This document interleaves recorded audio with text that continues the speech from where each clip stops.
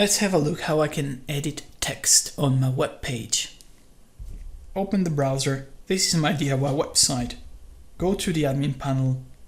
These are all my pages. Select the home page so it's in edit mode, and then I can see a text here. I'll just click at the end of it and I can use the keyboard to type more.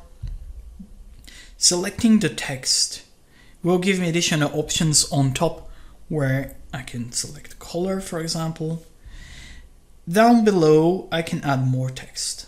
So there's another section with text here that I can delete that one and type something else, or I can even use voice typing.